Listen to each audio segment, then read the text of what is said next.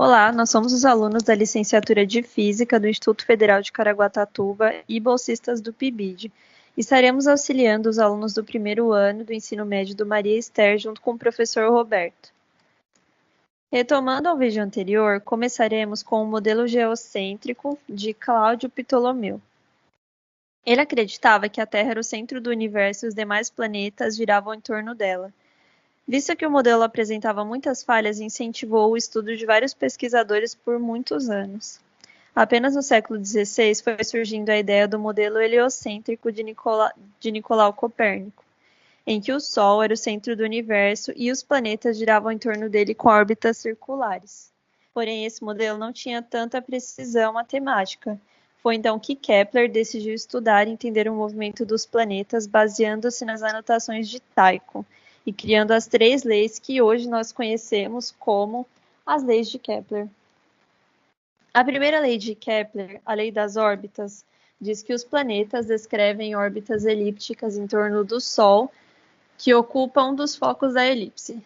Falando sobre elipse, ela é dividida da seguinte forma, com um ponto central, e a partir deste ponto, 2 focos, sendo um desses focos o Sol e o planeta girando em torno desse foco. Para determinar a forma dessa elipse, nós usamos o cálculo da excentricidade, que é dada por esta fórmula, em que C é a distância entre o foco e o centro, e o D é o tamanho do semieixo maior. A segunda lei de Kepler, que é a lei das áreas, diz que o segmento que une o Sol a um planeta descreve áreas iguais em intervalos de tempos iguais.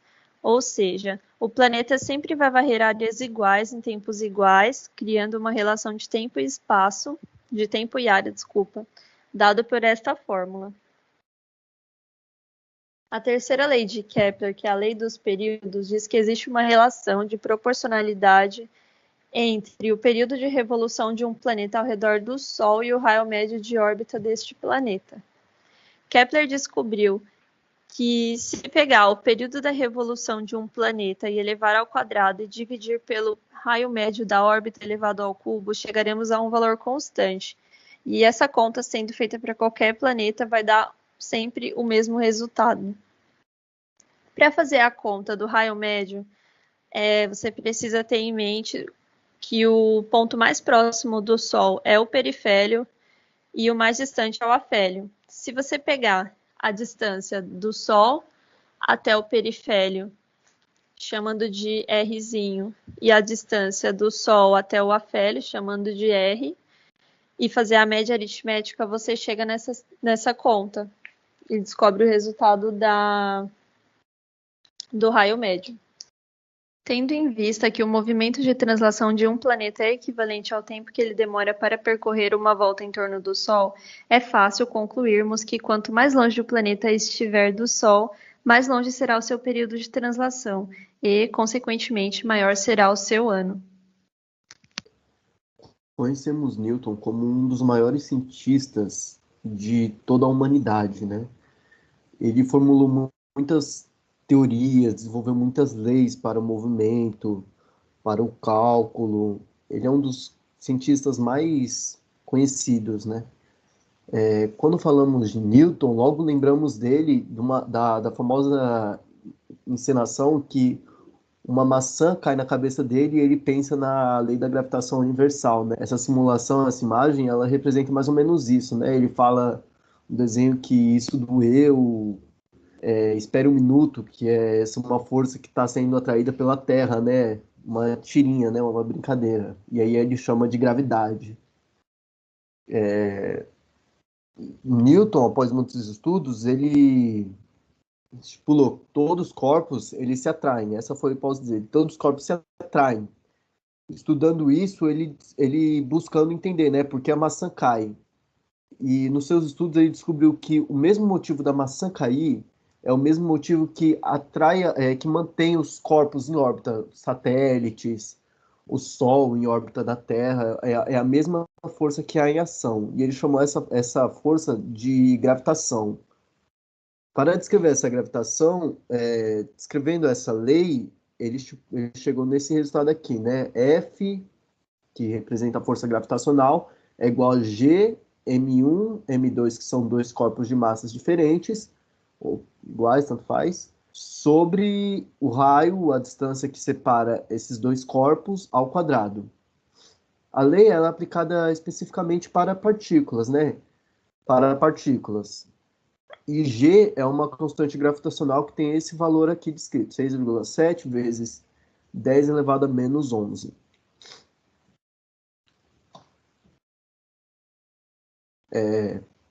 Essa lei ela pode ser facilmente aplicada para corpos como a Terra e a Lua, né? Porque eles representam esse sistema de partícula, mais ou menos, que as partículas elas possuem massa muito pequenas em relação à distância que elas se encontram. Então, ela se aplica muito, se aplicar a corpos reais, podemos simular isso para a Terra e a Lua. Só que a explicação fica diferente e se pegarmos a maçã e a Terra. Por isso que Newton ele propôs o teorema das cascas para explicar isso. Nesse teorema, toda uma casca esférica com distribuição uniforme de massa, toda a massa, partícula, a maçã, será atraída para o centro dessa circunferência. Sendo assim, a Terra, ela possui várias cascas, vamos chamar das camadas que a Terra possui, e no centro da Terra será o centro de ação gravitacional, né? O centro de massa onde que será adicionada a força que estará na partícula.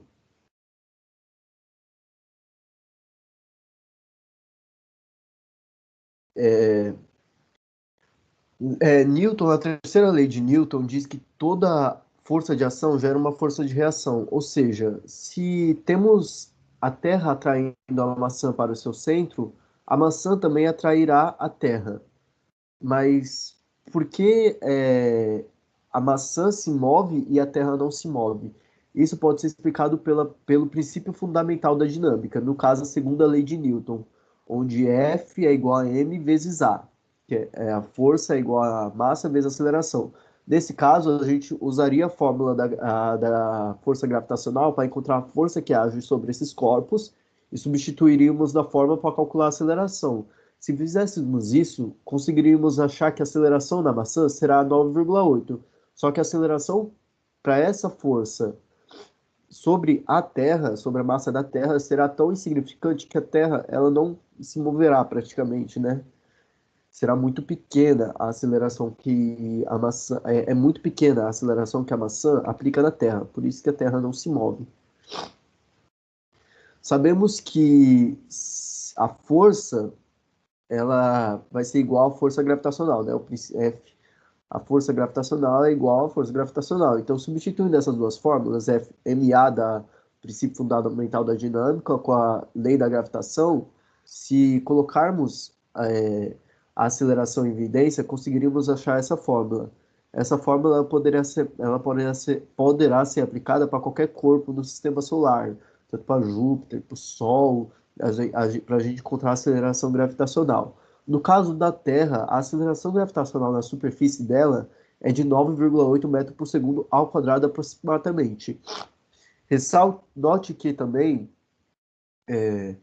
o objeto que está sendo atraído, vamos usar o exemplo da maçã, que é o mais popular, ele não possui influência nessa aceleração gravitacional, ou seja, um bloco de massa qualquer que está sendo atirado da mesma altura na Terra, ele tende a possuir a mesma aceleração, ele tem a mesma aceleração agindo sobre ele, então ele tende a tocar o chão ao mesmo tempo. Isso não acontece porque existem outras forças no meio, como uma força de resistência do ar, uma força de atrito, que impede que esse objeto uma pena chegue ao mesmo tempo no chão que uma bola de boliche. Aqui eu coloquei uma tabela que mostra alguns exemplos da variação da aceleração gravitacional com a altura. Note que na superfície da Terra, como eu disse, é aproximadamente 9,83 metros por segundo ao quadrado. No Monte Everest é 9,8 e assim vai, né? Note que a partir de 400 quilômetros de altura, essa variação ela começa a ser maior, a gente começa a notar mais.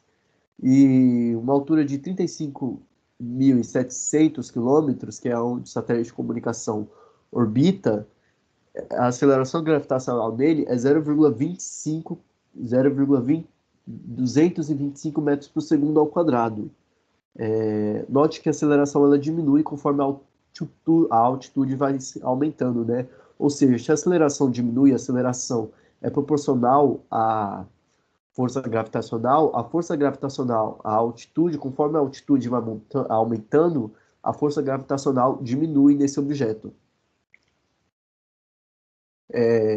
Vamos falar agora da diferença da aceleração gravitacional e aceleração de queda livre.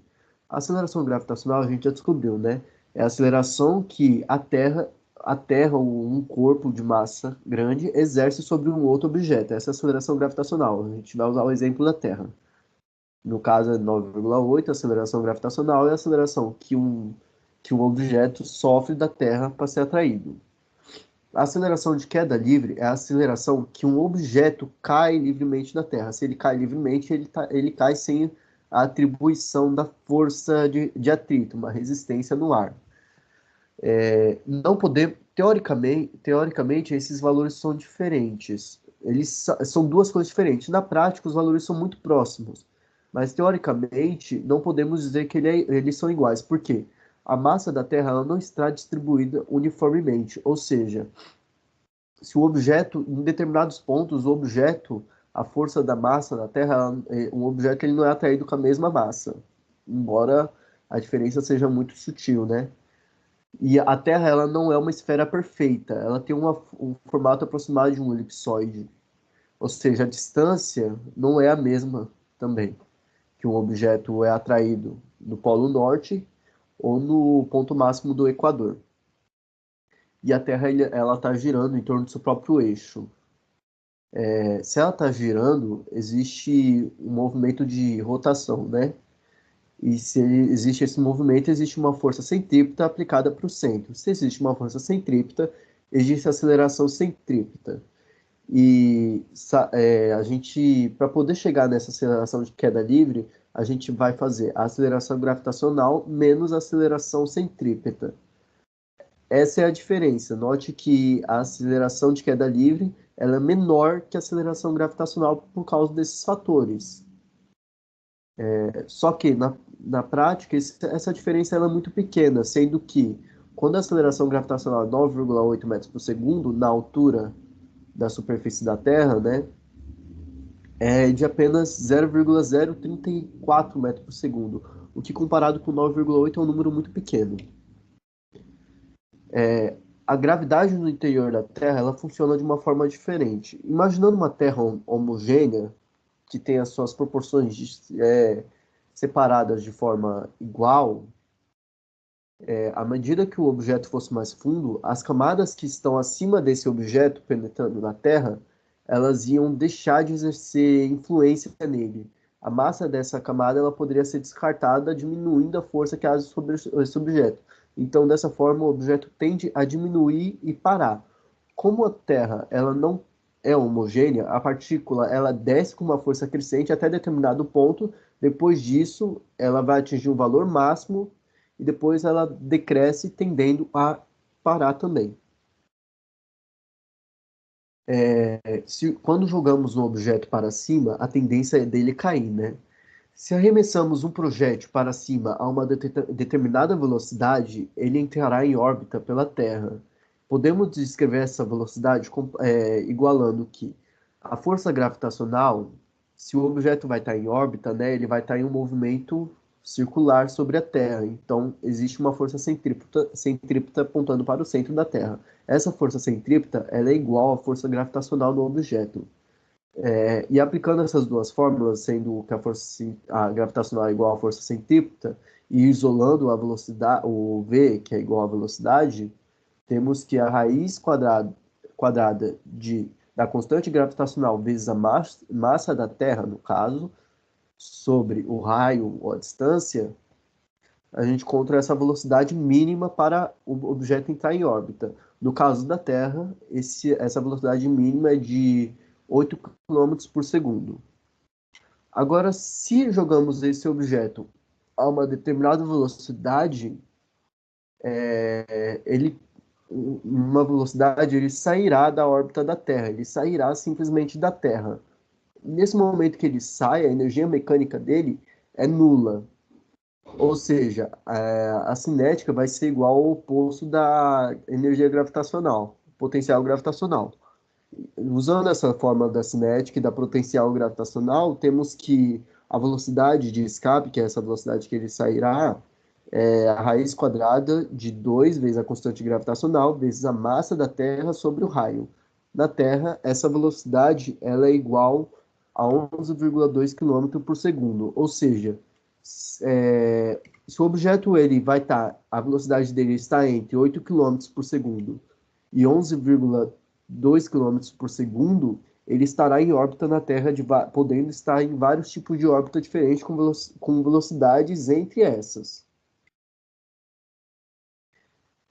É isso, boa noite, bom dia, boa tarde, boa noite. Se precisarem de ajuda, podem contatar o nosso grupo do primeiro ano. Estamos nos grupos das suas turmas do WhatsApp, vocês conseguem pegar os nossos números e chamar no PV se tiverem alguma dúvida em relação ao vídeo ou à matéria de física e pudermos ajudar.